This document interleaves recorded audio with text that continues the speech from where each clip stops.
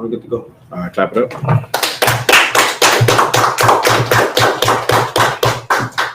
Today's Thursday scripture breakdown on capital Doha. Before we get into the topic, anybody got any questions? Solid.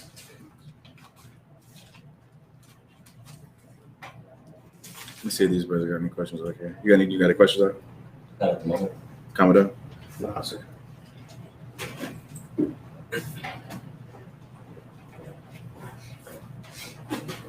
You got any questions, Art? Not sir.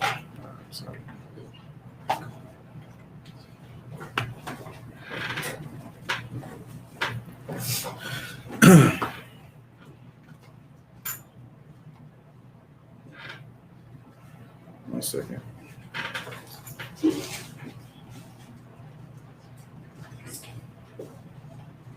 Hey, you got any questions before we get into the topic? You live? You live? Any questions before we get into the topic? Sir. It's like the first class, you might be able to go straight to the top.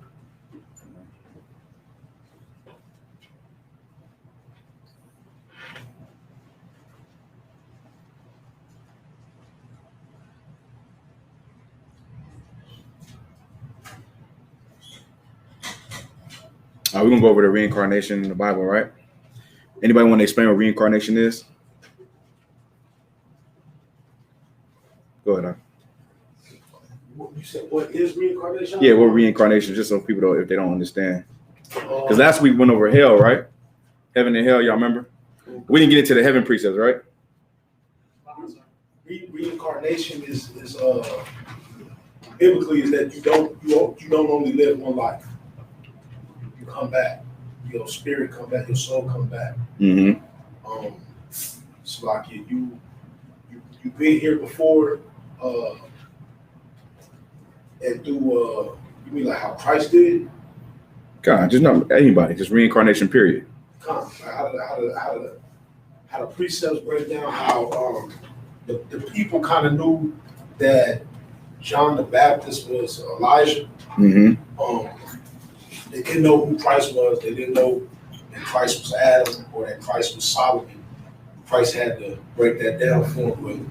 But you basically come back. It's not like just one life. How they say YOLO in the world. Right. You know, you only live once. Like you'll pay for your past sins in your life. You pay for you know how Christ said, like, you know, I was a man that I was an austere man that I reaped where I didn't sow. Christ took on a burden. I mean, he was killed, but Christ took on a judgment that he didn't deserve when he was Christ, but he deserved it when he was Adam and when he was Solomon.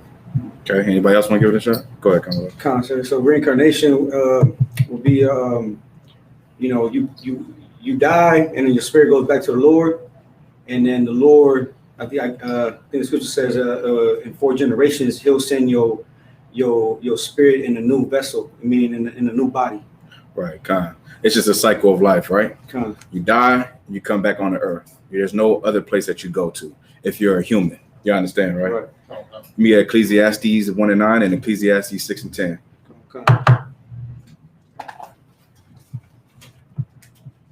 That's Slakia. I can't even go there yet. Let me get these heaven precepts for y'all real quick, all right? From last week. Let me finish those off and I'll go to that. Just hold those two if you could. Okay. Let me get Matthew 6:10, Revelations 5:10.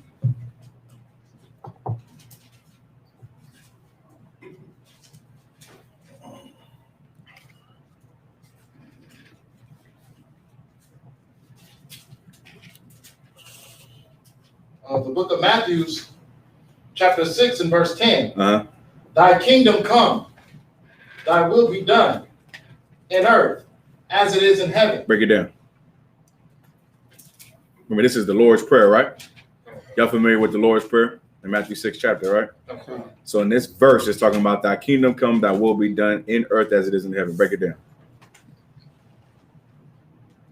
Go ahead. Is it like saying that the earth will be one day like the kingdom in the fourth dimension? Yeah, it's right in front of you, right? It's exactly what it says is what it is. Thy kingdom come. When Christ's kingdom comes, the Lord's will be done on earth. Meaning this, you don't have to die to go to heaven. Heaven's going to be right here. Right? Who's living in heaven right now? Go ahead.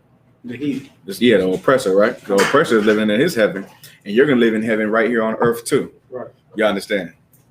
Thy kingdom come, thy will be done in earth. That's the part you need, right? In earth, as it is in heaven. So everything that's done in heaven, all the order and the guidelines that's done in heaven is going to be done right on here on earth. You understand, right? Revelations 5 and 10. So it just kills the notion that what?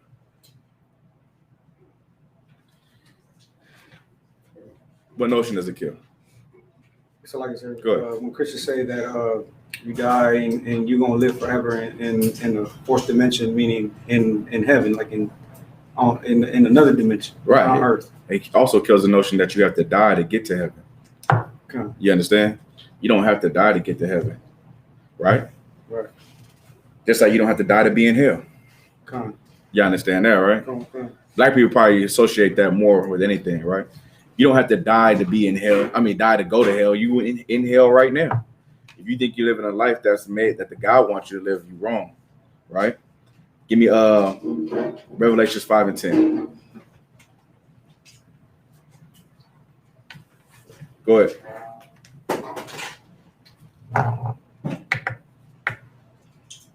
The book of Revelation, chapter 5 and verse 10. Mm-hmm.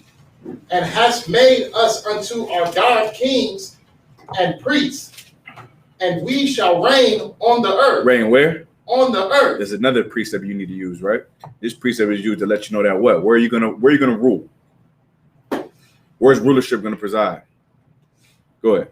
On earth. So. On earth, right? That's what the Lord said. The Bible says everywhere, all the heavens that you're gonna be is in earth. The heaven where the Lord resides, you'll never be there. You'll never live there. You understand? Where the angels live, you will never live there because you're not that form of entity, right? You are. I always get it mixed up. Celestial. Go ahead. Terrestrial. Terrestrial and celestial, right? Celestial. Give me that real quick in Hebrews 2 and 16. I believe it's Hebrews 2 and 16. There's form of bodies that the Lord give you, right? The Lord gave angels a body that can live anywhere. He gave you a body that can only live on earth. You understand? So to die is to be reborn again and to come and live on the earth where you are assigned to, right? Let me know when you got it.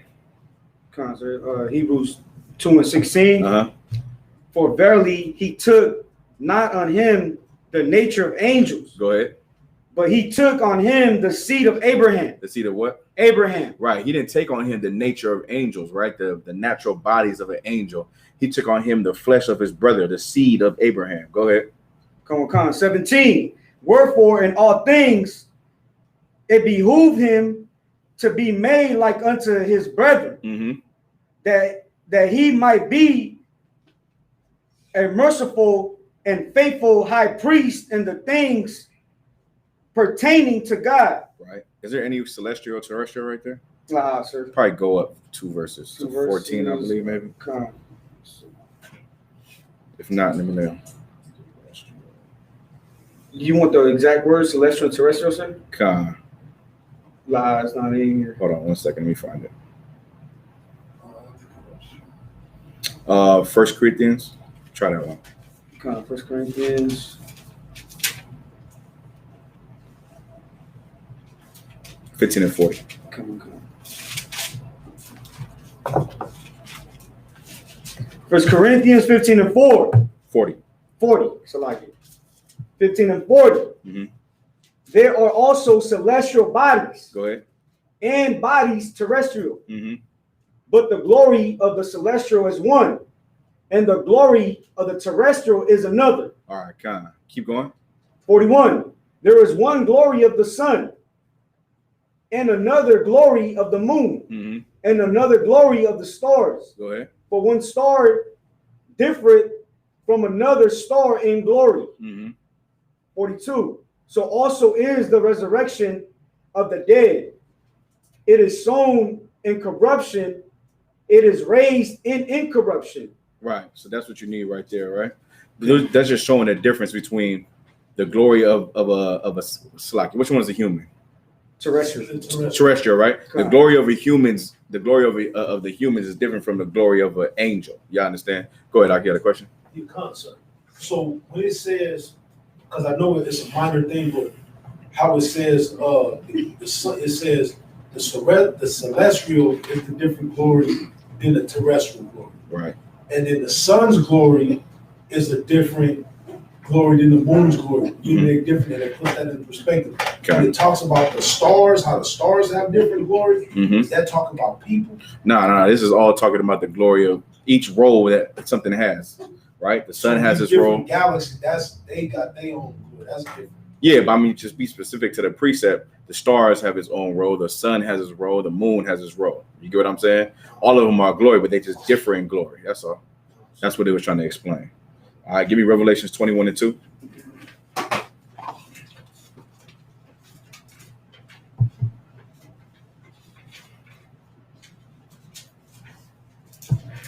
You want to put that in your notes too, right? Celestial, terrestrial, and how your body cannot live in where the Lord lives. That's what you want to use for your heaven breakdown. It's not physically impossible for it to happen.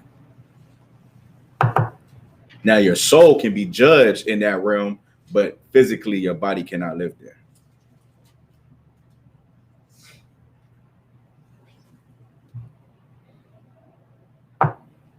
Who got it? Revelation 21:2. All right, sir. Go ahead. The book of Revelation, chapter 21, and verse 2. Mm-hmm. And I, John, saw the holy city, New Jerusalem, coming down from God out of heaven. Right. This is a vision, right, from John, right? John the Revelator. In his vision, he's seeing the holy city, New Jerusalem, coming down from heaven. So he's seeing heaven come down to earth, right? Go ahead. Prepared as a bride adorned for her husband. Mm-hmm. And I heard a great voice out of heaven saying, behold, the tabernacle of God is with men, Mm-hmm. and he will dwell with them, and they shall be his people, and God himself shall be with them and be their God. The whole vision is saying what? What is the vision saying? You lie. It's like you said that the kingdom, the kingdom of heaven is going to ascend down from earth, and that is it saying like the spirit that the Most High is going to reside with those people? That's true, but okay, just go back to the first part you were saying, right? What does that mean? You saying it right? That the kingdom of heaven is going to ascend down. Yeah, spiritually, the kingdom of heaven is going to be on earth. You understand? Right. That's exactly what it is. Meaning like it's going to fall on them. No, not fall on everything. It's just how heaven is, how is going to be, how earth will be. That's all. That's where you want to leave it at. That's why I say is ascending down to earth. You know what I mean? That same heaven is going to be on earth. That's what he's saying. All right. Give me a 1 Corinthians 2:9. I'm gonna just run through these. Go ahead. So meaning like the rulership that's in heaven is the same rulership that's going to be on earth. The rulership, not the rulership, because the Lord rules that, right? The rulership it's like on earth will be ruled by Christ under God. So meaning like the order. The order, right? Okay, so go ahead. So I had a question about that. Does that mean that Christ will physically reside on earth? Yes. As its ruler forever? Yes. Come on. And Christ is the only, because it's hard to understand, but like Christ is the only thing that will be here physically that will never die. Okay. Or does it still mean that Christ will have his under? You saying that Christ will never die? I mean, in the sense of like when Christ returned, Mm-hmm. and he conquered all the armies of the world in an hour, right? And he's in perfect rulership. That form of him will never leave the earth again. Okay, he'll still go through the same. I couldn't say for sure, but all I know is he will rule forever. Just say it like that. Yeah, so, but to physically die, I can't say that. I can't say he won't physically die. But rulership in that sense will always be through the loins of Christ when you come back. Like, Right. rulership will always There you be- go. I'll take that, but I would have to make sure. All right, no sweat. 1 Corinthians 2:9. The book of 1 Corinthians, chapter 2 and verse 9. Mm-hmm. But as it is written, I have not seen, nor ear heard, neither have entered into the heart of man, Mm-hmm. the things which God hath prepared for them that love him. Right. So break it down. Go ahead. So like is he saying that he doesn't manipulate how you think? Say it again. Is he saying he doesn't manipulate how you think? No. Read it again. Come on. But as it is written, I have not seen. I or eyes? I. Okay, go ahead. I have not seen. Okay. I'm going to read it like it's I. Eyes, right? I have not seen. Okay, nor it's EY. ear- It's like EYE. Come on. Okay, no sir. Go ahead. Nor ear heard, Uh huh. neither have entered into the heart of men Go ahead. the things which God hath prepared for them that love him. Right. So break it down. So all he's saying is what? Your mind can't even be wrapped around the things that the Lord got for you. Okay. You get those thoughts ain't even entered into your mind what heaven can be like. You get what I'm saying? So imagine all the things you can actually think about, and then there's things that you can't even think about that the Lord got in store for you in heaven. You understand? So your eyes ain't seen it, nor your thoughts even enter into the mind of those things that the Lord got in store for you in that heaven. You understand? All right, no sweat. All right, I'm gonna give you all these, right, so we can move on. 2nd Ezra 6 and 9, you can put in your notes. Daniel 2 and 44, Isaiah 61 and 1 through 5. All right. Let me know if y'all need me to say it again. So like I said, you said 2nd Esdras? Yeah, 2nd Ezra 6 and 9. 6 and 9. Mm-hmm. Come. Daniel 2 and 44. And then Isaiah 61 and 1 through 5. These are all heaven precepts for heaven. All right. What heaven will be like. So like Isaiah 44. Isaiah, I didn't say Isaiah. Oh yeah, Isaiah 61 and 1 through 5. All right.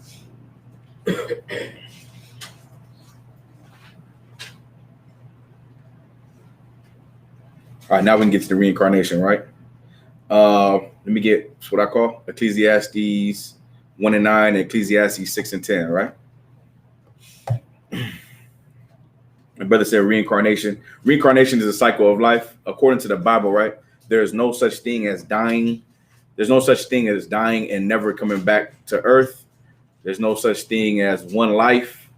There's no such thing as going to hell or heaven. Those things are conditions. But according to the Bible, you come back to earth every third or fourth generation. All right. So every third or fourth generation, you come back onto the earth and you live that life again, or you live the life that the Lord wants you to live again. Right. So now that's why it matters how you live your life now. You understand, right? Because judgment is a precept in the Bible that talks about judgment. And if you committed a sin, the Lord doesn't judge you right away. You get what I'm saying? He might judge you in your next life. He might judge you in this life. He might judge you in your next two lives. That's why it matters what you do now. So it's important to live your life righteously now. You understand? Go ahead, Eli. Concert, Slocky. So coming back physically deformed, that is a judgment. It can be a judgment, yes, but it could be a judgment not for only the person who's deformed. It could be the judgment for the parent too. You get what I'm saying? Because who's suffering more? Right. You get what I mean? So you want to That could be a lifetime of dealing with that person's affliction. Exactly. Like literally till he's 60 years old. Right. You get what I'm saying? All right. Let me get Ecclesiastes 6 and 10 or 1 and 9 first. The book of Ecclesiastes, chapter 1 and verse 9. And let me get that one in John. Y'all know that one? John 1. I think it's John 1 and 9 too. Go ahead. The thing that hath been, it is that which shall be. Right. The thing that has been, it is that which shall be. Go ahead. And that which is done is that which shall be done. Mm-hmm. and there is no new thing under the sun. Right. The Bible says there is no new thing under the sun. Now, what are the new things that are under the sun? They didn't have phones back then, right? What else they didn't have? They didn't have TVs. They didn't have cars. So what is the thing that you know isn't new? You're like, Human life. people, right? People always been here. You know what I'm saying? That's what the Lord is talking about when he said there's no new thing under the sun. There's no new life under the sun. You understand? Everyone that's here today was here in the past. You understand? That's how the Bible works. That's what the Bible is trying to explain to you.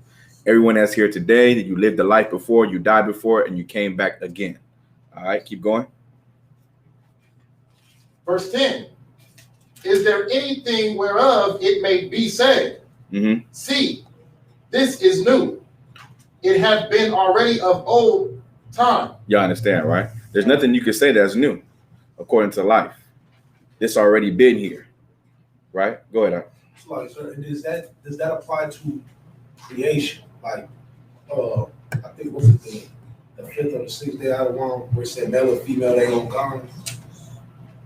Okay, well, how are you trying to correlate the two?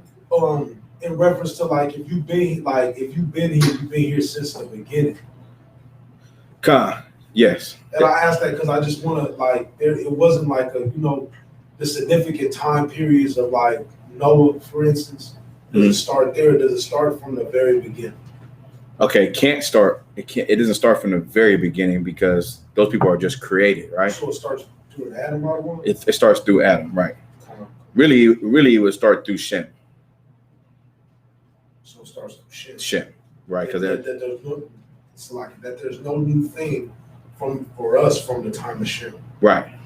That's when reincarnation is in effect. No. Reincarnation always been in effect, but if you're talking about from the person it comes from, it's from Shem because of the flood, right? Because we had to repopulate the earth, and that's where you come through Shem. All right. Give me Ecclesiastes 6 and 10.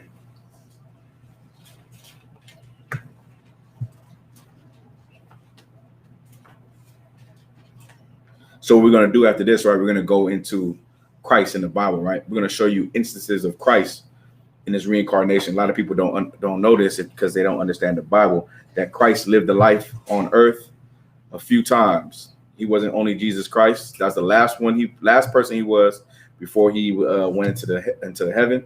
The first person he was Adam, and we're going to pull all those precepts to prove that. All right, go ahead. Come. The book of Ecclesiastes, chapter 6 and verse 10.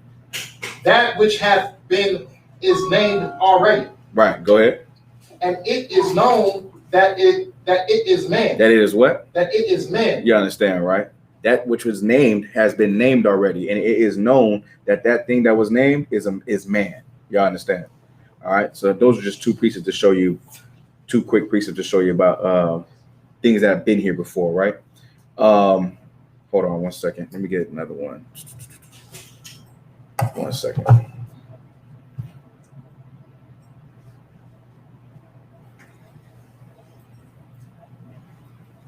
right. Go ahead. So, like I said, just to finish off the precept where it says, "Neither may he content with him that is mightier than he." When it says the mightier, who's that speaking about? The Most High. Okay, come. The Most High, right? Hold on 1 second, I'll cross him.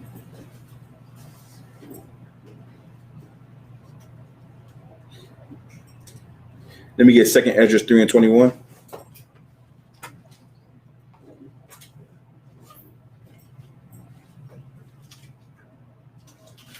And let me get Psalms 110 and 1. Let me get those two.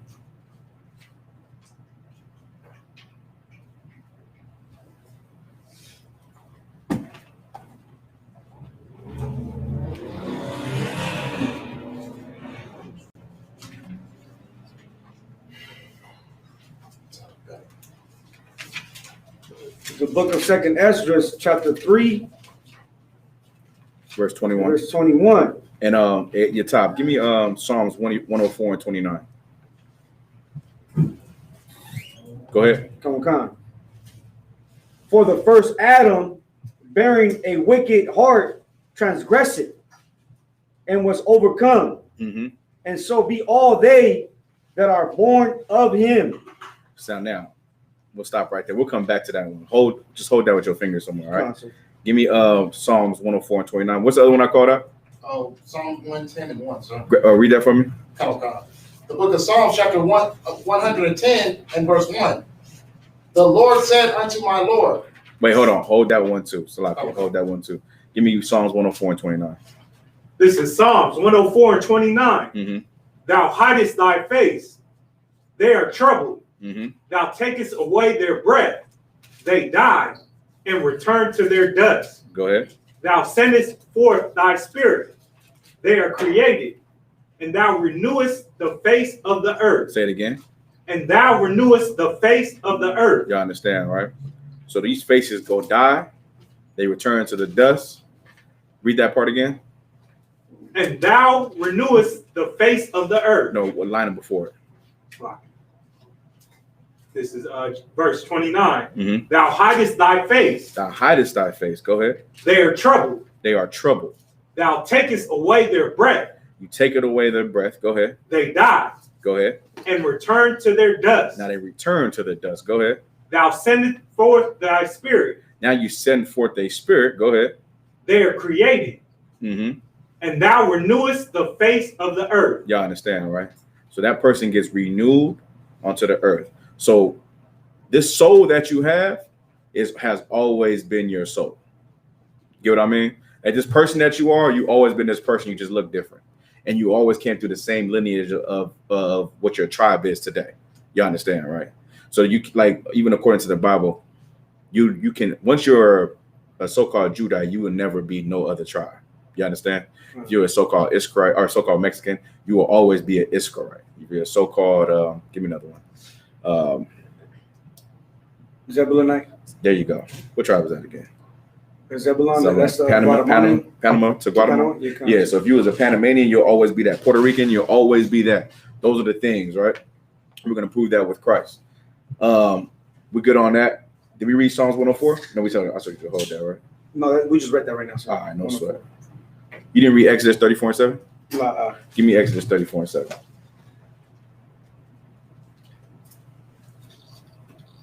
The book of Exodus in the 34th chapter and 7th verse. Mm-hmm. Keeping mercy for thousands. Keeping mercy for what? Keeping mercy for thousands. Mm-hmm. Forgiving iniquity and transgression and sin. Go ahead. And that will be by no means clear the guilty. Go ahead. Visiting the iniquity of the fathers upon the children and upon the children's children, Mm-hmm. unto the third and unto the fourth generation. Break that down. Break that down. I said it earlier in class, like earlier, about 10 minutes ago. Go ahead. Meaning like you gonna pay for your father's crimes? Okay. Not for your father's crimes. Go ahead. For your crimes. For your crimes. You understand? Exactly. There you go. Right? Because even when you sinned 3-4 lives ago and haven't been judged for that, the Lord will visit you in your fourth life. You understand?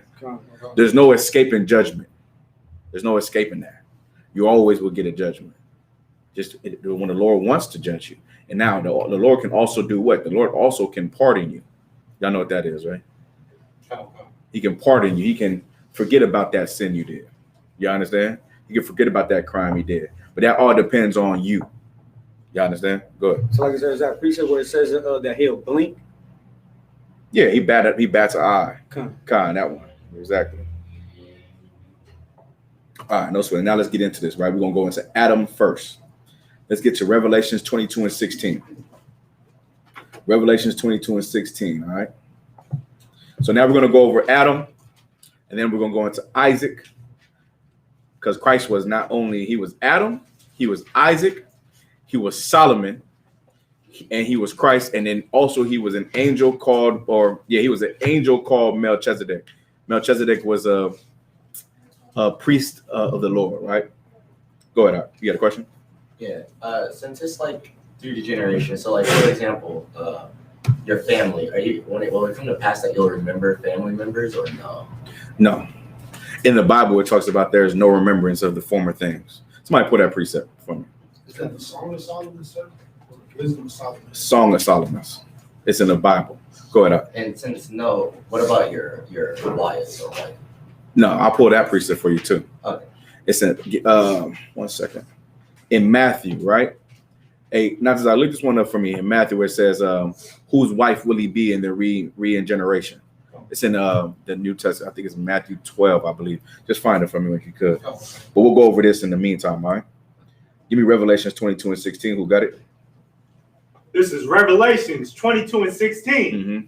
I, Yahushua, have sent mine angel to test. For anyone who doesn't know, Yahushua is Christ, right? Christ is a English name for him because they did not know real Hebrew. So you'll have people who don't know the Bible. They'll say they call him Yeshua. Oh, is that right? Yeah. Yeshua. And what's the other name?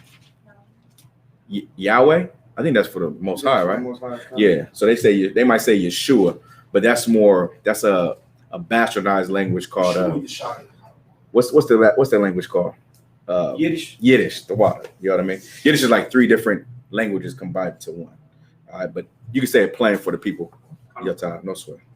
I, Jesus, have sent mine angel to testify unto you these things in the churches. Right, go ahead. I am the root and the offspring of David. I am the root and the offspring of David. Go ahead. And the bright and morning star. What is the root and the offspring? What does it mean to be the root? Go ahead. The root is the beginning, and the offspring is the seed. The offspring is the seed, right? So what's the root? What is Christ saying? And when he says, I am the root and the offspring. So the root is the beginning, right, sir? Like you're right. Okay. Well, so what is Christ saying when he says, I am the root and the offspring? Oh, okay, so like sir. He's saying that he's of the lineage of David. Who though? Who is he? King David. Right. Okay. He said he's the root and offspring. I need you to break that down. Come. You said it right. He's the beginning. So who was at the beginning? Oh, so like Adam. So Christ is saying that he is the root, right, which is Adam, and the offspring of David, which is Solomon. Perfect. Y'all understand, right? So Christ is saying it out his own mouth that what? He is the root and the offspring of David. Offspring, like you said, is what? The offspring is the seed. The seed, right? Which the man carries, right? According to the Bible, you are what your father is, right? So if your father carries the seed, your mother carries the egg. Whatever your father is what you will be. Go ahead, sis. Does that mean that's kind of like we being reincarnated? Is that where that's going? Okay, that's not where it's going, but he is saying that he was those two people. You know what I'm saying? Go ahead. It's the lineage, right? So if he was the beginning, then he was the offspring. Mm-hmm. That's kind of the same, right? No. He didn't say lineage. This precept is different. We brought up lineage because we was explaining. Okay. But in the precept, it talks about the root. The root meaning the beginning, which was Adam. Adam was the first, right? And then the offspring of David, which was Solomon. You get what I'm saying? Who was the ruler, you know what I mean, the king at the time, right? So that's what we was bringing up. But we'll get into lineage in a second. All right. Revelations 22 and 16. What does 13 say? This is 13. Mm-hmm. I am Alpha and Omega. Go ahead. The beginning and the end. Go ahead. The first and the last. That's what you need too. He was the what? The first and the last. What does he mean by that? Go ahead. He was Adam and Christ. There you go. He was the first and the last. You understand? Any more? Kind of. Not Cesar. Sorry, sir. So him saying that he's the he wasn't quoting prophecy when he was just saying he was the lineage of David, or he was quoting prophecy. So he was just quoting prophecy. He wasn't, or was he saying literally that he was Solomon? No, he was literally saying he was Solomon, but he was quoting prophecy because Paul said the same thing about Christ. Okay. And you can get Romans the 3rd chapter. Go ahead. You got a question? No, sir. Romans the 3rd chapter, the first verse. You can read that real quick. Remember, the whole Bible in the Old Testament is about Christ. Like all the prophets was talking about. Of course, they were talking about history and the captivities they was in, but they was talking about a priest that was coming. that was coming to save Israel, right? You got Romans 3:1. Let me know when you got it. Come on, sir. I got it. Go ahead. Romans, the book of Romans, chapter 3, verse 1. Uh-huh. What advantage then hath the Jew? Or what profit? It's like, is it 1 and 3? It might be 1 and 3. Oh, so like 1 and 3. It might be that. I could be wrong. Romans 1 and 3. Mm-hmm. Paul, a servant of Yahushua HaMashiach, called to be an apostle. Right. Separated. No, that ain't it. Not in it. What's that one that Paul? Concerning It was coming? Council. Keep reading, Salakia. My bad. He was reading 1 is 3. It's 3. Yeah. You want to pick it up? Oh, council. It was 1 and 3. You was reading verse 1? Council. No sweat. 1 and This 3. is Romans 1 and 3. Mm-hmm. Concerning his son, Jesus Christ, Right. our Lord, Mm-hmm. which was made of the seed of David. Made you the seed of what? Seed of David. Now we know Jesus Christ was not made of the seed of David because he was the seed of Joseph, right? Right. So what seed is he talking about right now, not to say? King Solomon. King Solomon. Y'all understand? Come on. Remember, they come from the same house, though. If you go look at it, Christ, like that's how you know you come through the same family, because Christ came. He was David's son, which was Solomon, and throughout his lineage, all the way down to the house of Joseph. Joseph was a great grandson of David, which brought forth Christ again when he had sex with Mary. You understand? So that's what he was talking about in Revelations. All right. Come on. No sweat. All right. So now let's get So like you said, I have 1 Corinthians 15 and 45. Go ahead. What you got? the one you said. Remember the former things. Yeah, read that for the brother real quick. Concept. The book of Isaiah 43 Uh-huh. and 18. It says, remember ye not the former things, Mm-hmm. neither consider the things of old. Right. So the Bible also says, strive not after genealogies, right? Like the things that happen to us. I get this question a lot, and the brothers probably have too, because of reincarnation. They'll start to say, like, do you remember things? You wouldn't remember anything. You get what I'm saying? You wouldn't remember anything. Because the Lord does not want you to remember who you were. You get what I mean? Can you imagine somebody was going around remembering that they was King David? You get what I'm saying? Or if they was Judas or something like that. You get what I'm saying? Like it'd be bad. You get what I'm saying? So that's why the Lord doesn't want you to remember any of those things. Rather you start new and start fresh. But then also in the Bible it says this: the spirit of the prophets is subject to the prophets. Meaning this: if you was a priest in your old life, you a priest now. You understand? Right. That's how it works. Those priests will probably never change. If you was a priest before, you're a priest now. We can pull that precept, right?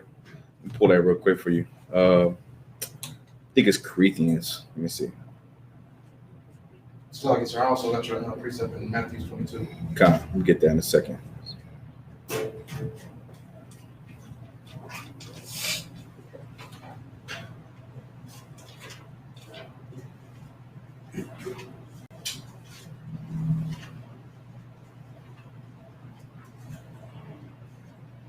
Can you get, I think it's 1 Corinthians, hold on, 17 and 45. Hold on. How do I paraphrase it right now? The spirit of the prophets is subject to the spirit of the prophet. Hold on.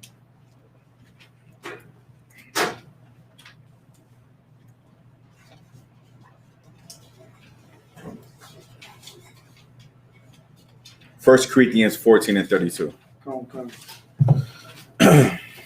1 Corinthians chapter 14 and verse 32. Go ahead. And the spirits of the prophets are subject to the prophets. Are subject, right? Come. Are subject to the prophets. Go ahead. 33. For God is not the author of confusion, but of peace. You understand, right? The Lord is not an author of confusion. The priest will always remember. The priest will always come to remembrance, I should say. Salakia. All right. So now we can drop that.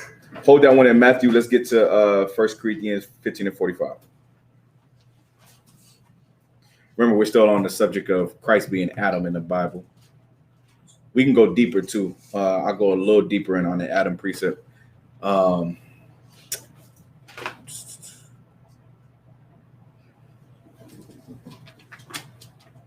Hey, not to say, can you get Colossians the first chapter, the 14th verse. All right. Come on, bro. Go ahead. You got whoever got the precept.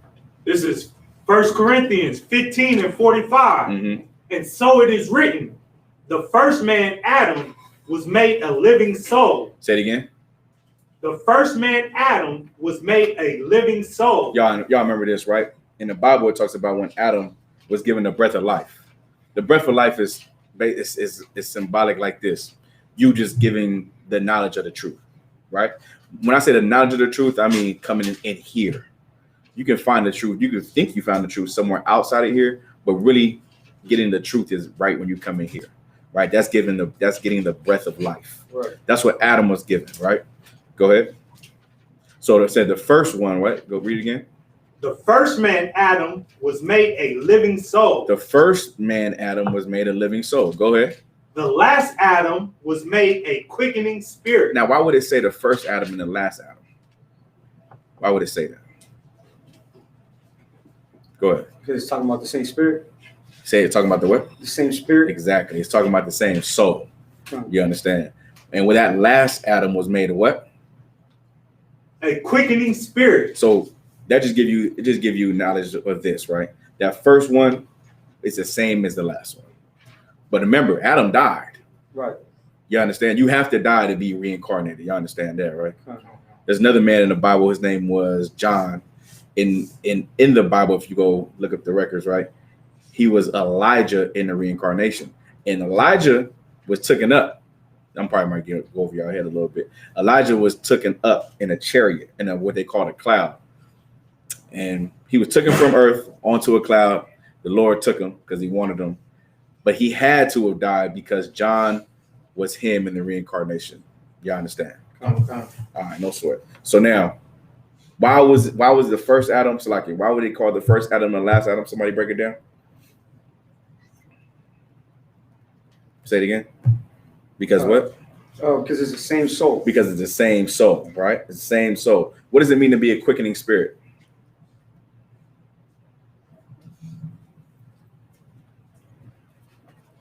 If you was made a living soul, you was made to be a living soul. What does it mean to be a quickening spirit?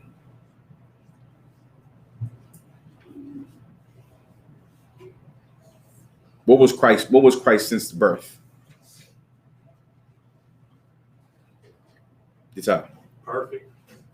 Yes, that's true, but there's something else too. In the truth. A quickening spirit is a person who is born in the truth, who understands the way how life should be. Adam was not that. Adam was made and he lived a life before the Lord raised him up to be in the truth. You understand?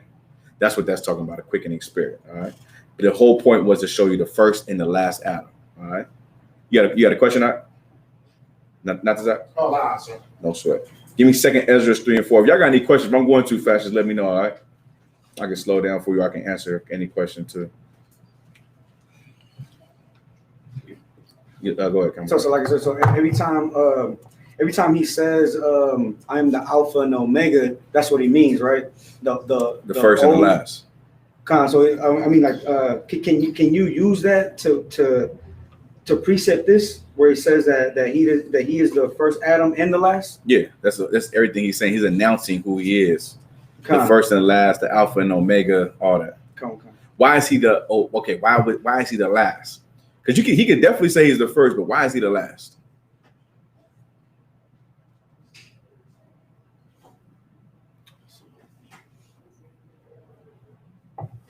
It's simple. You just might overthink it. You had your hand up, sis? Because he was the last one to. No, I don't. No sweat. It's because he died. That's it.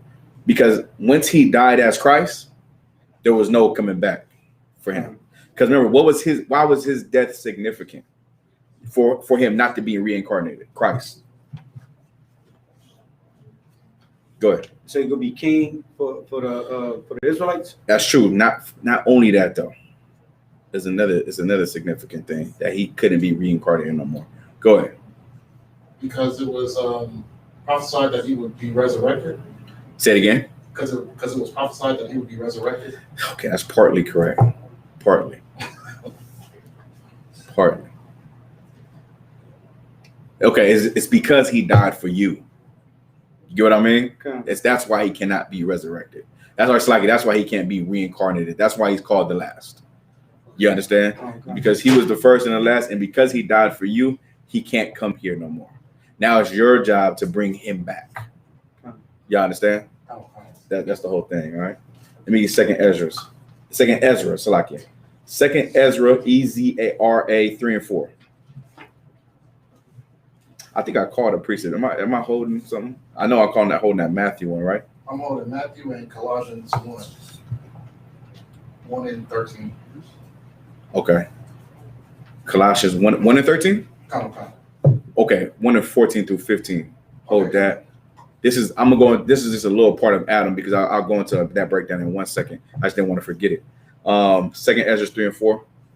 Okay, so I got it in the Apocrypha, Second Ezra chapter 3 and verse 4. O Lord, who beareth rule, thou speakest at the beginning, when thou didst plant the earth, and that thyself alone, and commandedest the people. Go ahead. And giveth a body unto Adam without soul. You gave a body to Adam without a soul. Go ahead. Which was the workmanship of thy hands. Mm-hmm. And didst breath into him the breath of life. Keep going. And he was made living before thee. Go ahead. And thou leddest him into paradise. Now you let us him into paradise. Keep going. Come on. Where, Salakia, where is paradise? And I got a precept for it if y'all don't know. Where is paradise? And this is heavy. This is exactly why I called Colossians. I forgot this was his precept. Where is paradise? Go ahead. Israel. Not Israel. So at that time? Nah. Just give me what you're about to say. Oh, I was going to say the Garden of Eden. No. Was that what you were about to say? No sweat. Go ahead. So, sir, is it us? No, where in paradise? No, where is paradise? Oh, Go so like is there in earth? No. Where's paradise?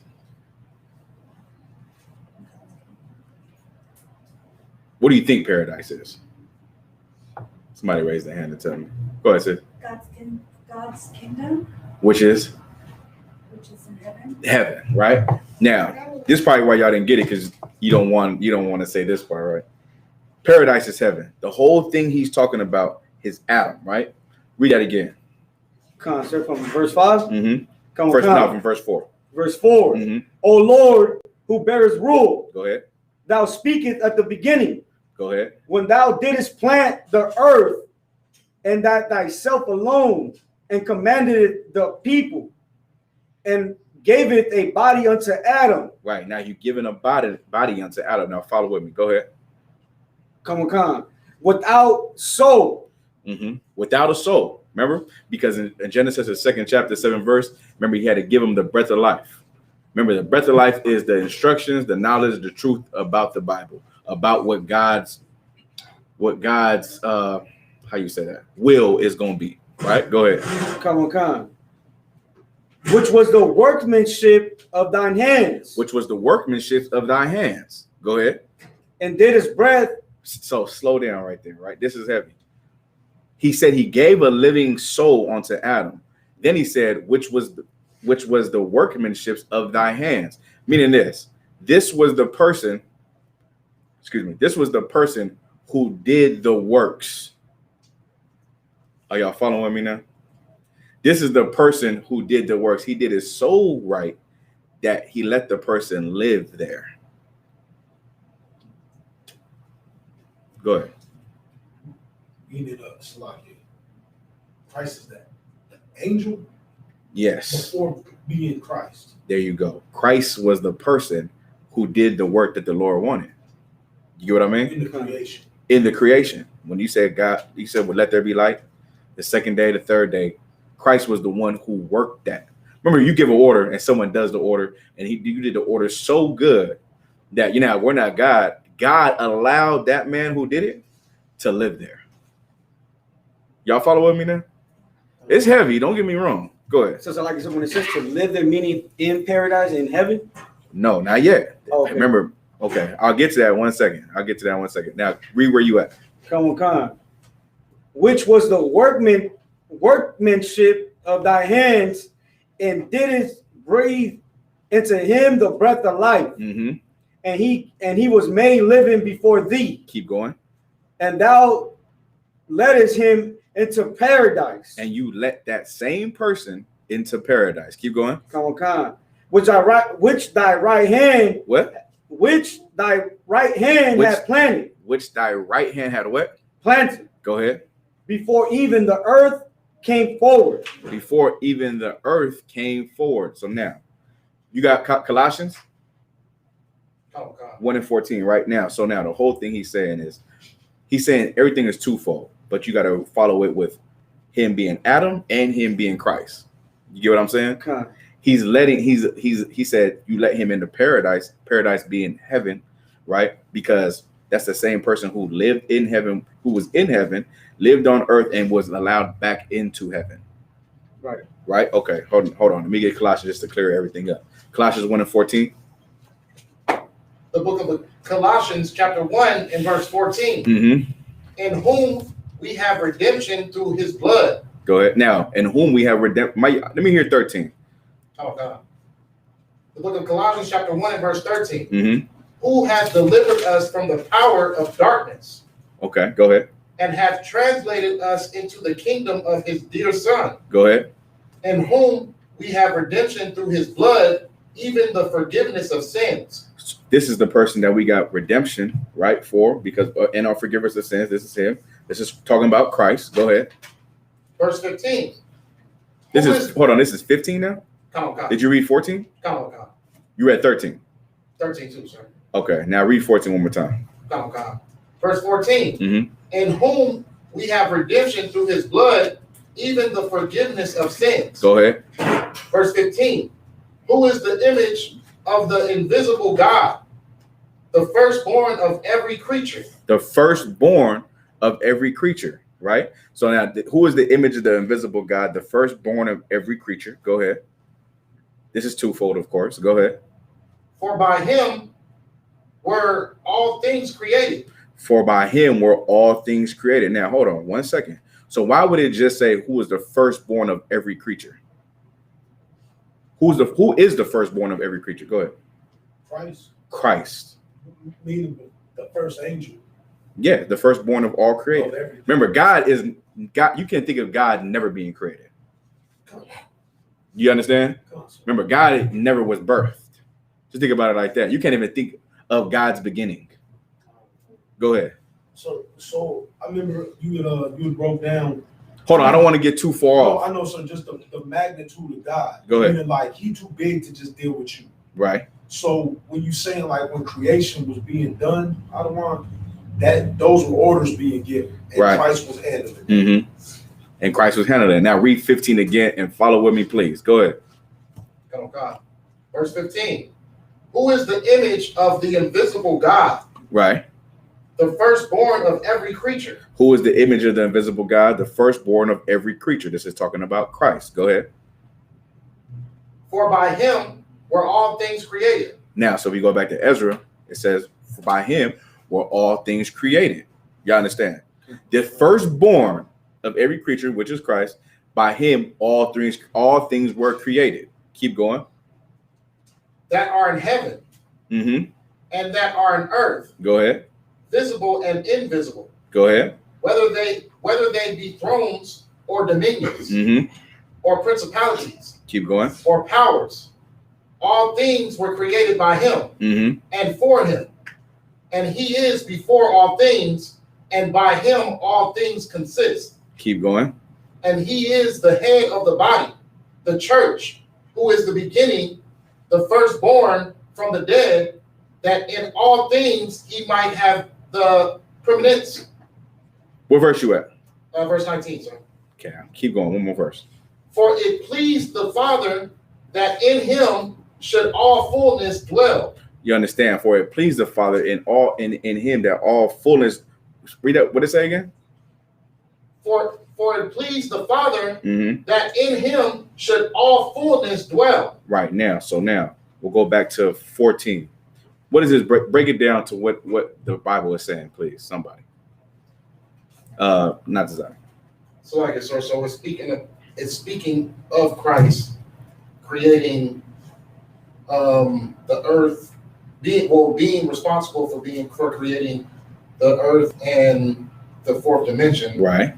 and everything that comes with that. And you get that because it says that it pleased the Father. There you go. That all the fullness came through him.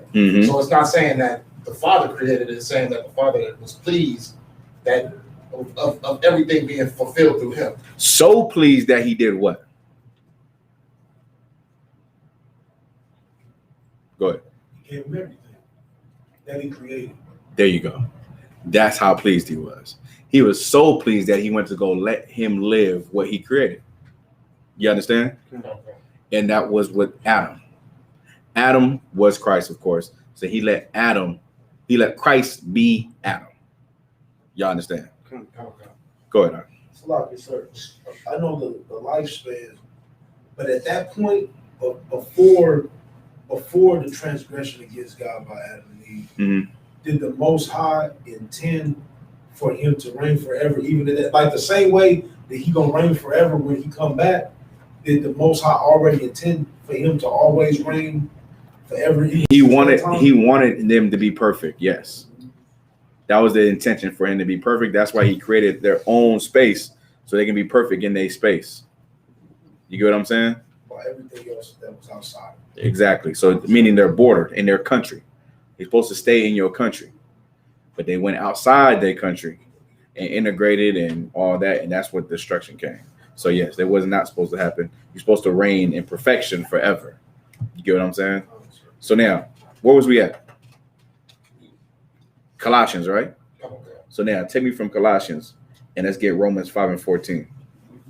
We might have time only for Adam and Isaac today. And next week we'll get to Solomon and Melchizedek, and yeah, that's it. Go ahead. And Christ, right. Anybody confused? If you just raise your hand, we can clear up any questions y'all have. Go ahead. I'm not confused, but I do have a question because we teach that Christ was 5 souls in the Bible, right? Yeah. So was he a soul? You know, where he says that he was with the Most High when he created the beginning. Say that one more time.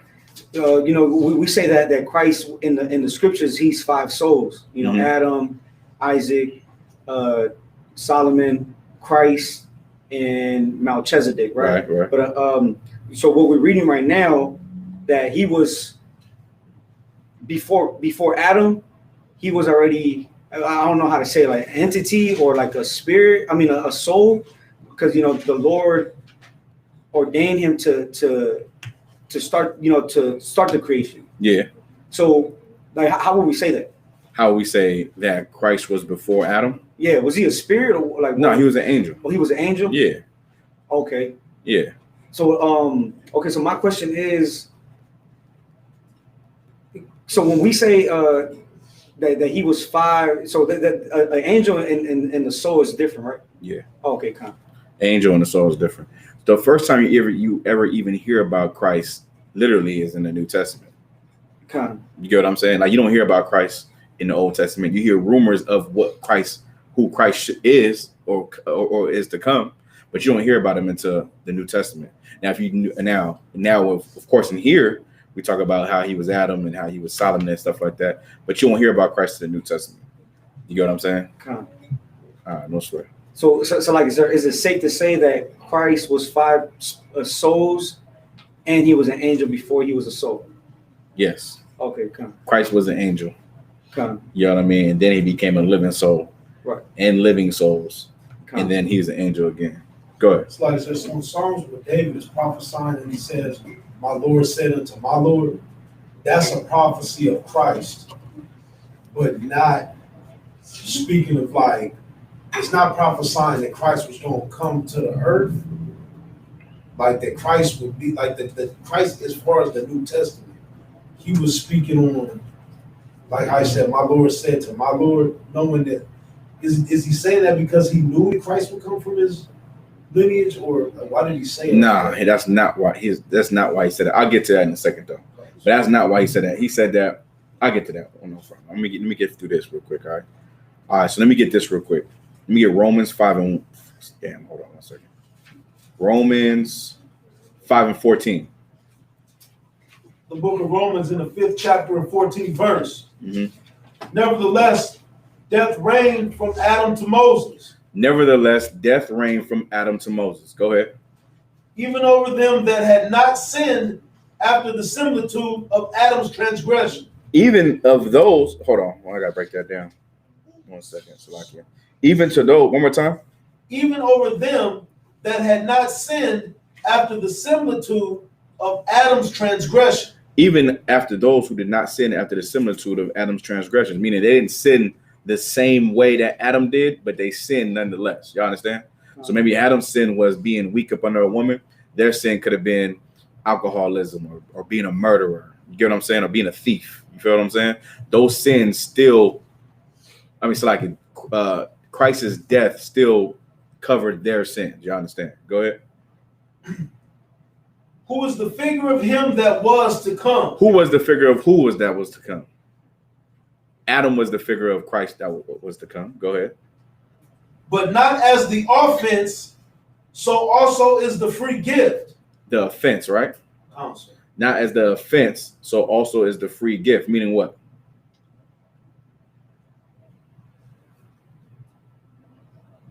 Go ahead. Is it the gift of forgiveness? The gift is the death of Christ. The death and the forgiveness. But what's the offense?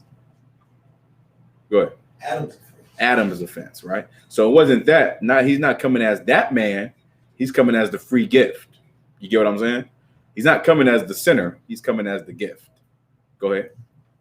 What verse you at? This is verse 18, sir. Keep going. Therefore, as by the offense of one judgment came upon all men to condemnation. Right. Because of Adam's sin, it allowed weakness to go through his nation. You understand? His sin allowed weakness through your bloodline. But read that part again. Verse 18. Therefore, as by the offense of one judgment came upon all men to condemnation. Go ahead. Even so, by the righteousness of one, the free gift came upon all men unto justification of life. Right. You see how one sin ruined it for everybody? It's like you see how one man ruined it for everybody? Now one man can save everybody. And it's the same person. Y'all understand? Keep going. So end of 19. Concept. Verse 19. For as by one man's disobedience. For one man's disobedience, go ahead. Many were made sinners. Many of us were made sinners. We were all sinners because of that one man's disobedience. Go ahead. So by the obedience of one, shall many be made righteous. Y'all understand, right? That's how that works. That was it coming full circle on how the Lord Christ didn't have it right the first time by sinning when he was Adam, but he did have it right the last time. Y'all understand? That's what that whole thing is talking about, okay? Let me Luke 3 and 38 real quick. Y'all good on that? Y'all clear on that? Raise your hand if you need y'all got any questions on that. That made sense, right? All right, no sweat. You can call me later if y'all. I know you're confused. It's fine. You can call me later about it. Don't want to raise your hand right now. So what's up? 3 and 38.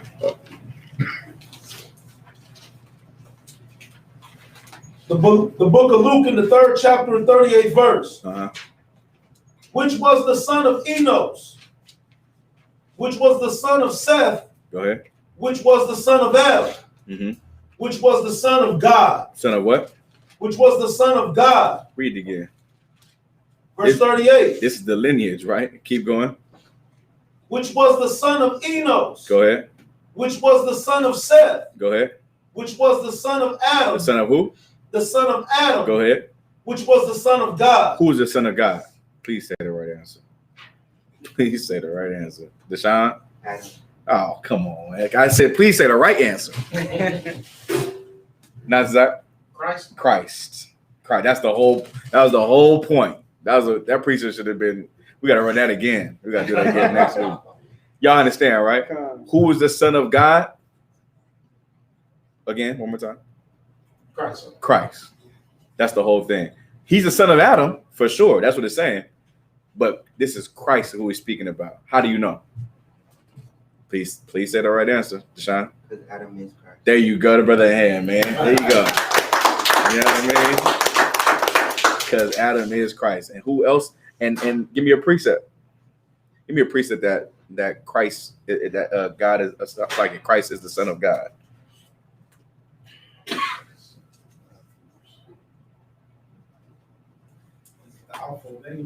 Nah, it's a precept everyone knows.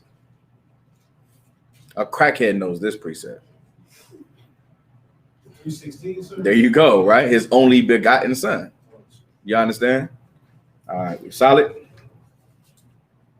Y'all good, all right? Any questions on Adam? About to move on. All right, let's get to Isaac. Let me get Matthew 1:1.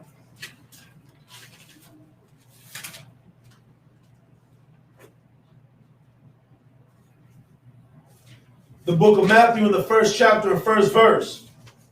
The book of the generations of Jesus Christ, the son of David, the son of Abraham. Abraham begat Isaac, and Isaac begat Jacob, and Jacob begat Judas. Wait, read it from the top. Yep. Come on, sir.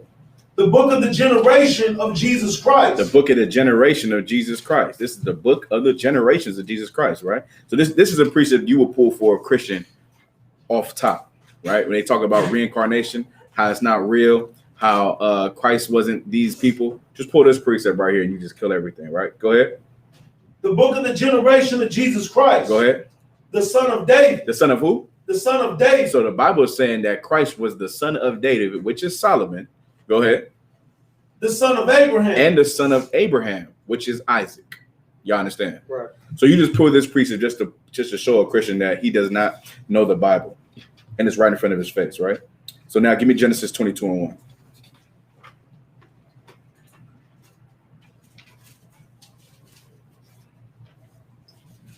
I'm gonna give you just this precept and one more precept that we can move to Solomon because we're short on time.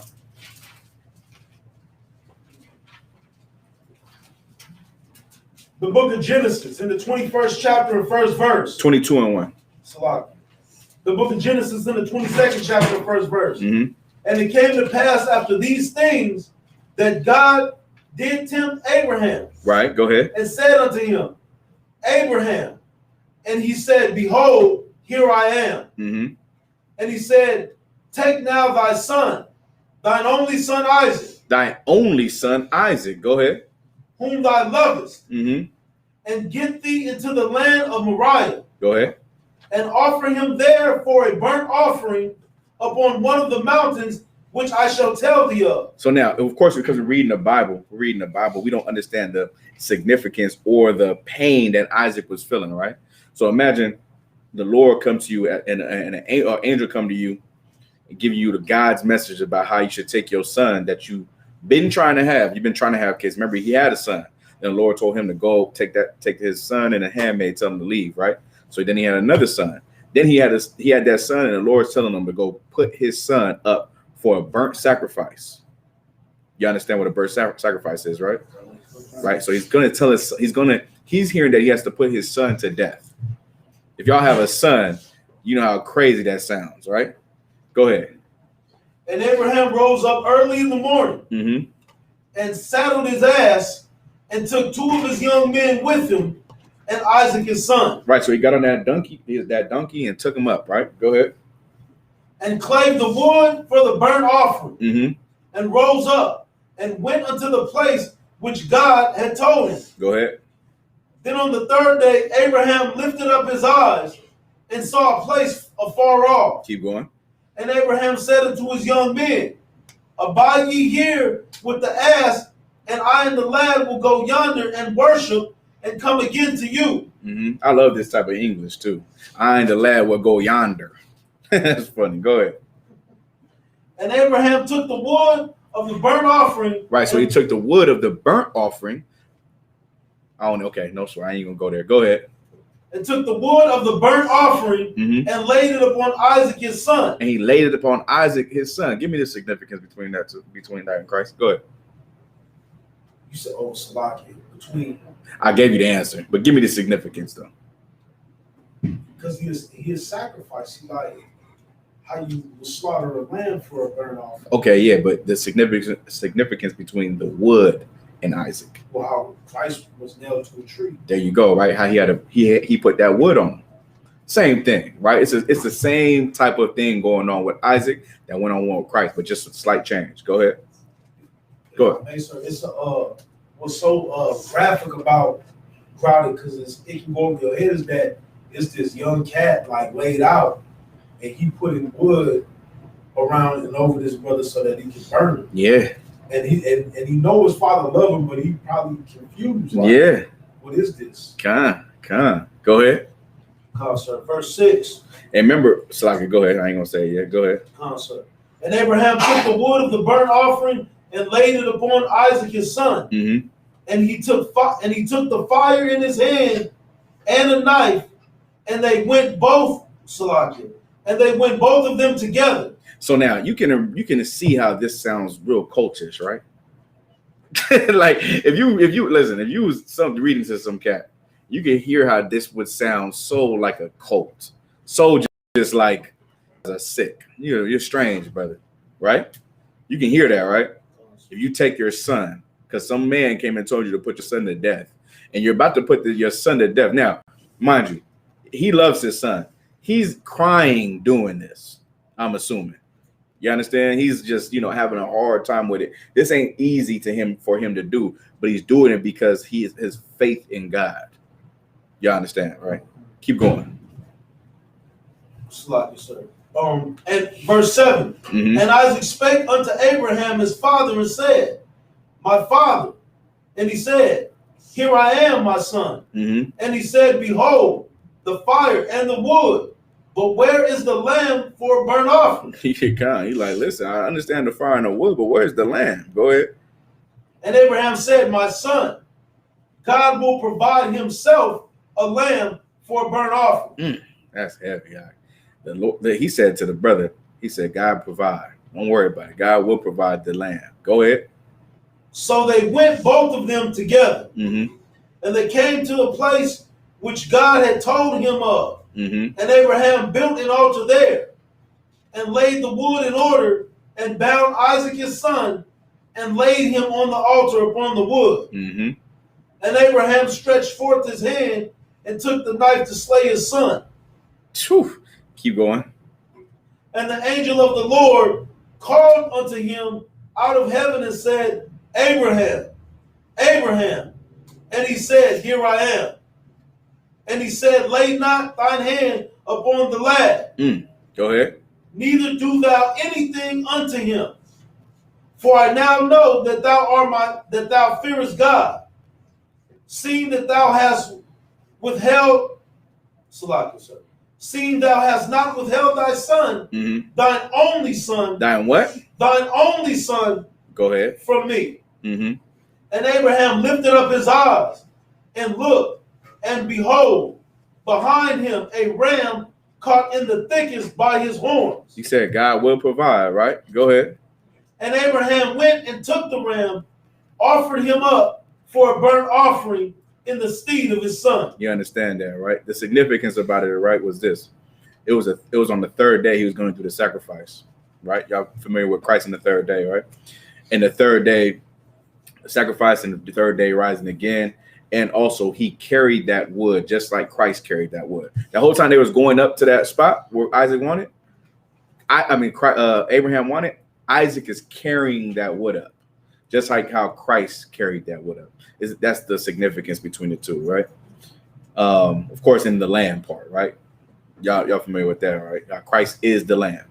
That's in the Bible as well. Christ is the sacrificial lamb for Israel, and he was going to be the sacrificial lamb right here. Go ahead, Ak, you had a question? Well, I just wanted to say, sir, it's crazy the burden that Isaac, because Isaac is the sacrifice, but he carrying the thing that's pretty much gonna put him to death. Like his father gonna slay him, but Yeah. that what's gonna be that burnt sacrifice, he carrying that, and it's crazy with black people because I know I've been told by my grandparent, like, go out there and get that switch. Mm-hmm. And it's like, how you gonna have me pick what you about to beat me? Right, You know what right. I'm saying? Like, I'm looking for the smallest thing. You know what I'm saying? I can't do it. But Right. that wood though, like that brother had to carry his own wood, unknowing what his father's intention was. Exactly. You get what I mean? Similar to what Christ had to carry in that wood, but he knew the intentions. You get what I'm saying? He knew those intentions. He knew he had to die. If you go read that precept about Jesus wept in the Bible, he's weeping. Why? Because you know he about to die. You know he about to die. You know what I'm saying? Just imagine like the test that Abraham went through was this test. Just give it to you on the streets or something like that, right?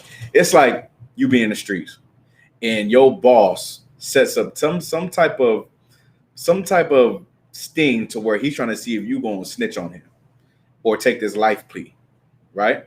So you get there in front of the DA, in front of the investigators, the murder investigators. You sit down and they telling you, you know, they saying, yeah, you could lawyer up, but we know you did it. We got you on camera. You're gonna do this life, or you can just give us the real person who did it, right? So now you sit there and be like, nah, I'm not giving up anybody. Just put me in jail. So now, right? So they say, no problem. You're going to jail. Boom. Right before they get you up and stand you up, they say, this is just a joke. We just wanted to see if you was real or not. Right. That's what Most High did to Abraham. You understand? So can you see how that person can be trustworthy now, right?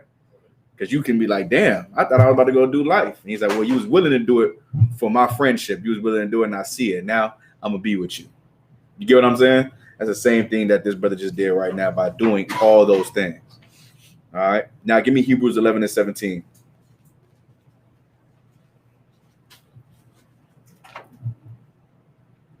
Hebrews 11, 17, and give me Galatians 3 and 16.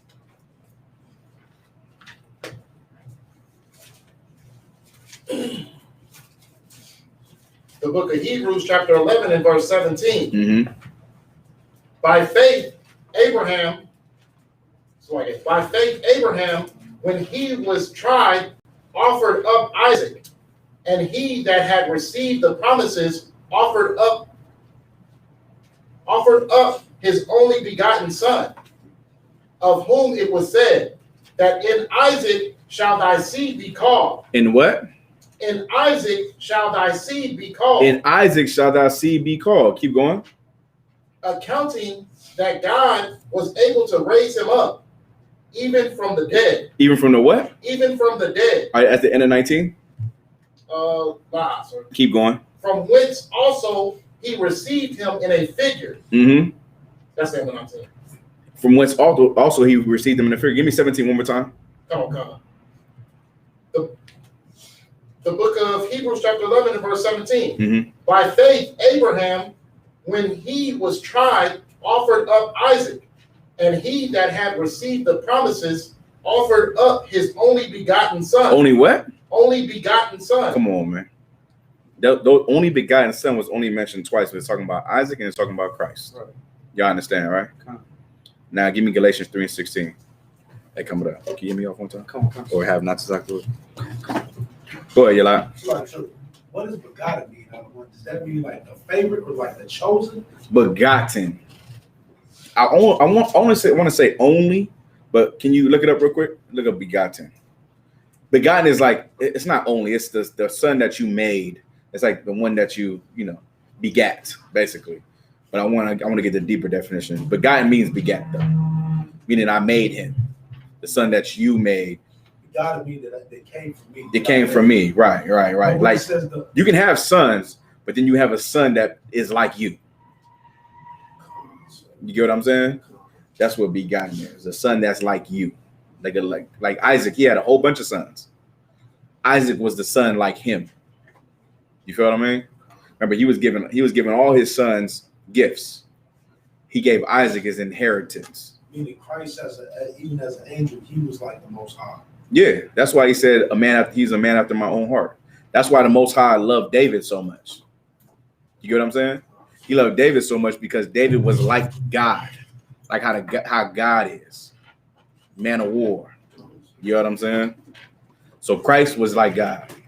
So if you read John 1:1, it tells you about how the word was with power. Remember that? You know what I mean? Because Christ was a perfect representation of what the Most High wanted on earth. All right. Where we at? Galatians 3:16.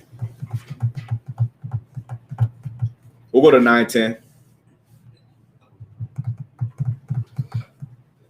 This is Galatians 3:16. Mm-hmm. Now to Abraham and his seed were the promises made. Now to Abraham and his seeds were the promises made. Go ahead.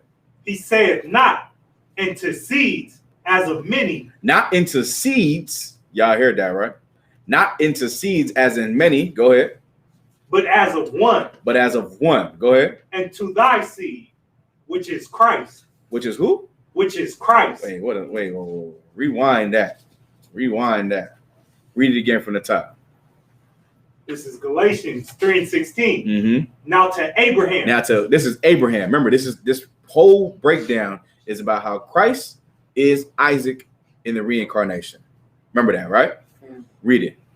Now to Abraham and his seed were the promises made. Were the promises made to Abraham and his seed were the promises made. Go ahead. He said not into seeds. Not to the seeds, right? Not to what's the cat name? Ishmael. Not to all the other sons that he had, right? Go ahead. As of many. Mm-hmm. But as of one. As of one. This is a precept in Romans 9, the 9th chapter and the 7th verse. I might want to put that in your notes. Go ahead. And to thy seed. And to thy seed, meaning the seed after that, after Isaac's, right? Go ahead. Which is Christ. Mm-hmm. Which is who? Which is Christ. Go ahead. And this I say, that the covenant that was confirmed before of God in Christ, the law, which was 430 years after, cannot disannul that it should make the promises of none effect. For if the inheritance be of the law, it is no more of promise. But God gave it to Abraham by promise. God gave it to Abraham by what? By promise. Keep going. Wherefore, then serveth the law, it was added because of transgressions, till the seed should come to whom the promise was made. Wait, one more time. To the seed shall come until what? To whom the promise was made. Until the promise was made. That promise was made to Isaac, and then he died, and that seed had to come back, which was Christ, and that same seed has to come back again. Any more? And it was ordained by angels in the hand of a mediator. That's it? That's in the 19th. Solid. Good on that. Y'all understand this, right? Anybody confused? Raise your hand. I mean, that was pretty clear, right? Coming down, you good? Come on, sir. You understand, right? You see the correlation between Isaac and Christ now, right? You see the promises that was made. You see what had to happen for everything that had to happen for you to get what you want today. You get what I'm saying? That Christ and Isaac thing is biblical. Of course, that's why we're breaking it down today. All right. So like I said, solid on you guys. Solid on Isaac. You got it. You got a question? So when it says, I understand the reincarnation, so I understand where everybody is, but when it says that verse 19, wherefore then serveth the law, it was added because of transgressions. Right. What was added? That's my question. So like, is it because we broke the old covenant is saying that Christ is the one who establishes the new covenant right there? Okay. Like that's where the confusion comes. No, read 19 again. Read 19 again. Verse 19. Wherefore then serveth the law, it was added because of transgressions. What was added? The law. What was added in the law? What do you mean? That's what it said, right? It was added. What was added? Go to, it's like it might need 18. For verse 18.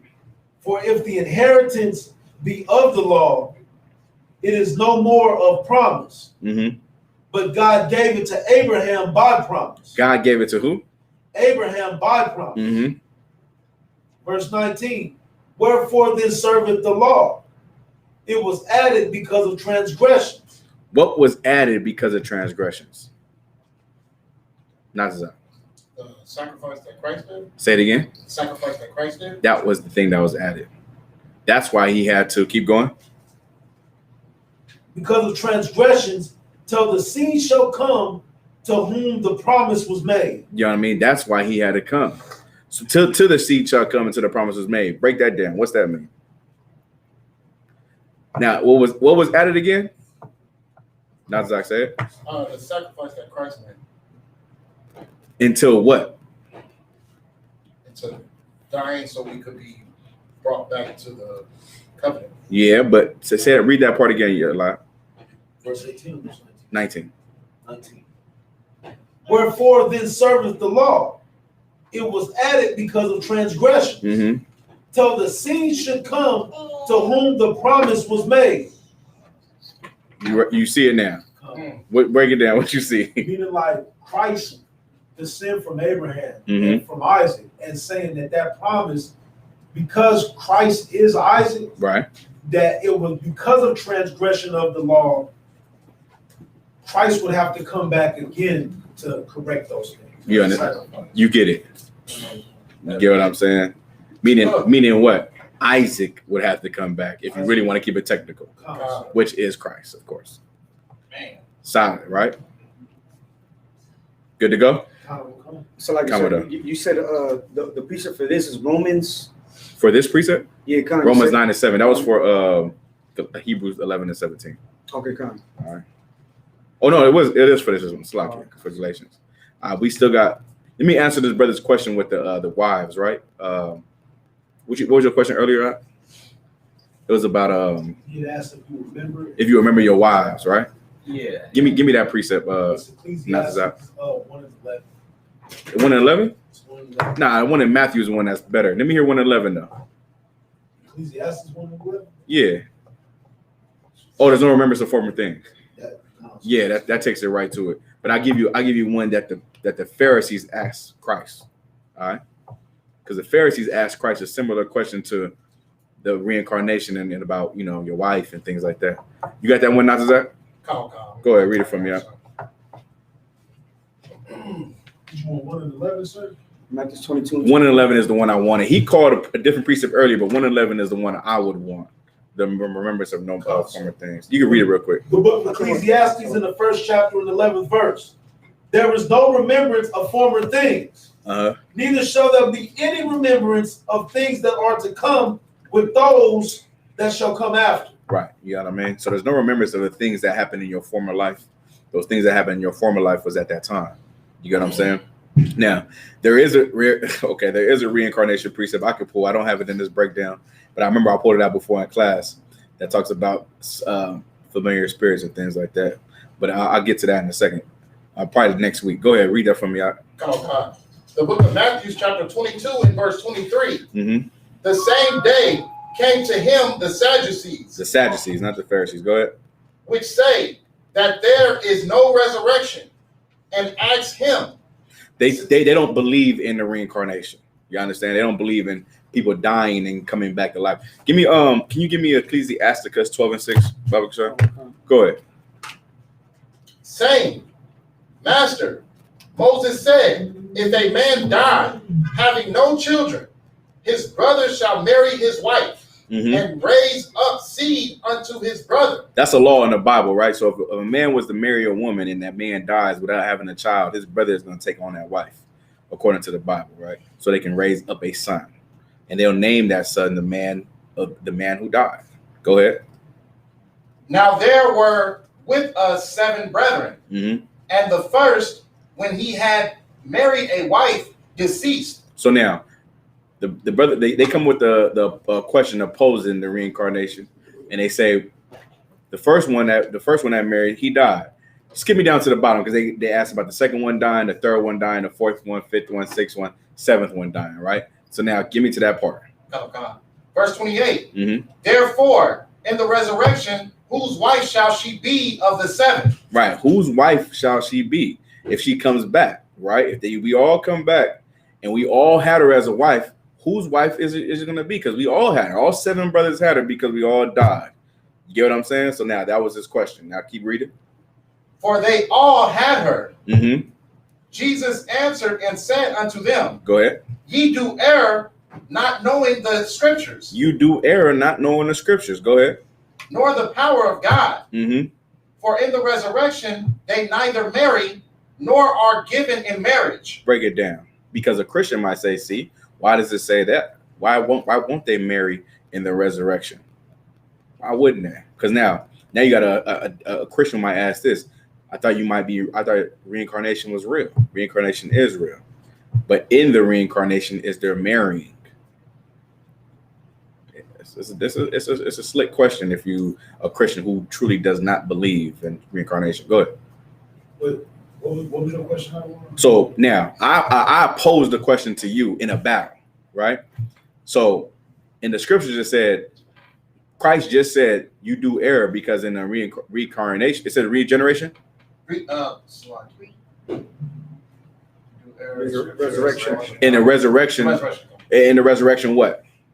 The resurrection, they neither marry nor are given in marriage. Right. They neither marry or are given in marriage. But we believe that you do find another woman or another man in the reincarnation. But what is Christ saying? And I'm posing my question to what does that mean? What is that? I thought there is no marrying. I thought there isn't no marrying in the reincarnation. That's my question posed to you. Go ahead. So it's like, for instance, you won't, though you may be reincarnated, even when you are father of a daughter, you're not going to betroth her to the same man that she married in her past life. Okay, that wouldn't even really be a thing because you wouldn't even know. That's what it comes. But explain that to me if I'm a Christian though. Because I just said we just read the precept where there is no marrying in the regeneration or reincarnation. Not to there's go no ahead. remembrance either, though, sir. So There is no remembrance. That's true, but let's leave that out. Christ just said that read that part what Christ said. There's no what? Nor the You do err. You do err, not knowing the scriptures. You don't know the scriptures. Go ahead. Nor the power of God. Nor the power of God. Go ahead. For in the resurrection. Go ahead. They neither marry nor are given in marriage. I read. Okay. So okay. Got the answer now. The Christian's going to say there's no marrying in the resurrection. What do you say? Go ahead. So is it because the resurrection differs from reincarnation? Yes. But a Christian still, I went through this, so I'm trying to give you this whole thing. A Christian's going to say there's no marriage. You said there was no marrying in the what did it say? Resurrection. There's no, what is a resurrection? The resurrection is the precept that talk about the dead that's going to come out the ground. The dead, it says the dead first. No, not that. What's a resurrection? What is a resurrection, sis? Is it being brought back to life? It's being brought back to life. Somebody give me resurrection in the dictionary real quick, just to make sure. What is the resurrection? I want to break down this for sure. Go ahead, Natazak. Oh, God. Nor the power of God.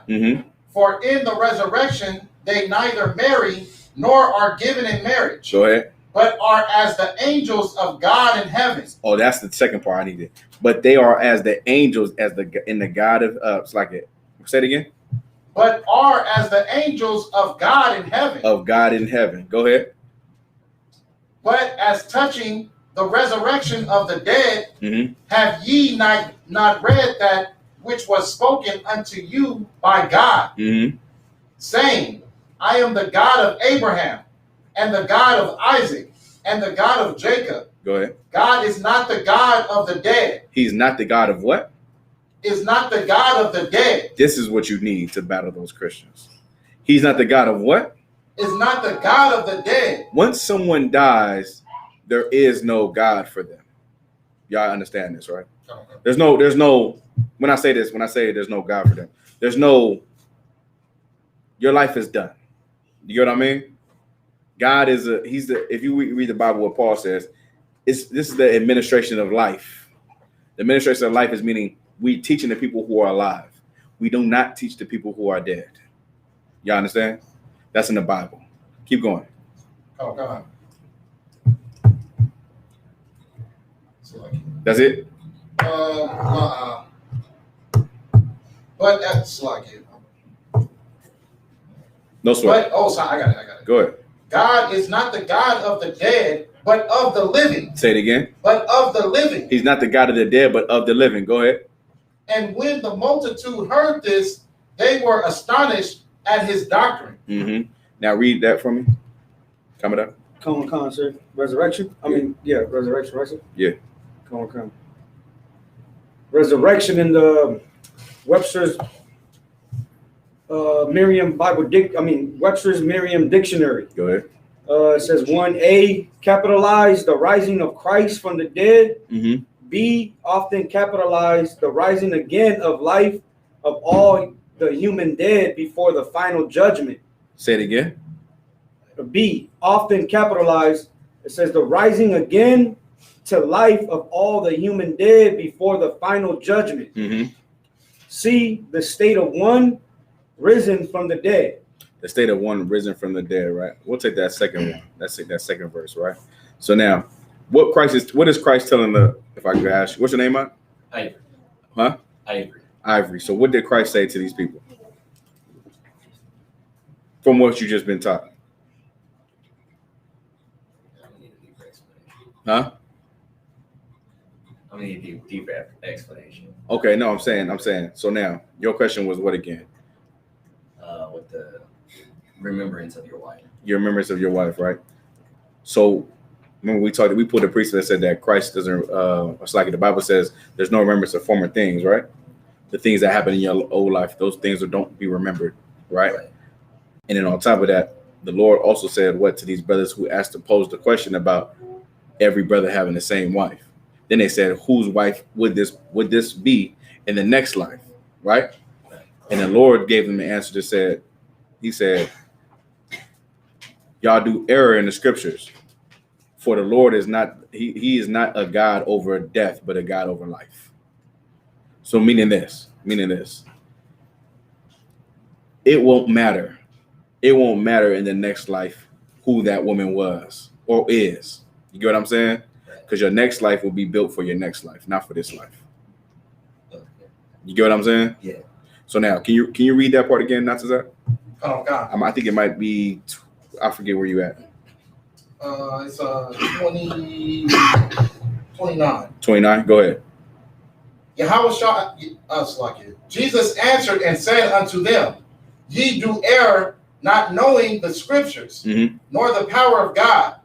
For in the resurrection, they neither marry nor are given in marriage. They are neither married or are given in marriage. Go ahead. But are as the angels of God in heaven. But as touching the resurrection of the dead, have ye not read that which was spoken unto you by God? Go ahead.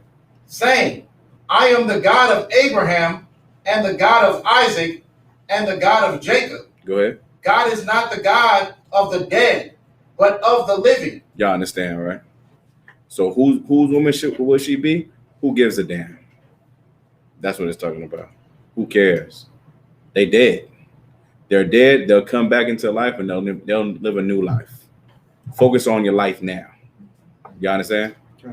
With that, I'm gonna pass the class over to priest and officer. So like I was gonna say, so when he says not knowing the scriptures, so he's talking, and it says know the power of the Most High. He's talking about the scriptures that we just pulled for reincarnation. Yeah. Okay, concept. That's awesome. All right. With that, you on guard up. With that, I'm gonna pass the class over to priest officer. You live.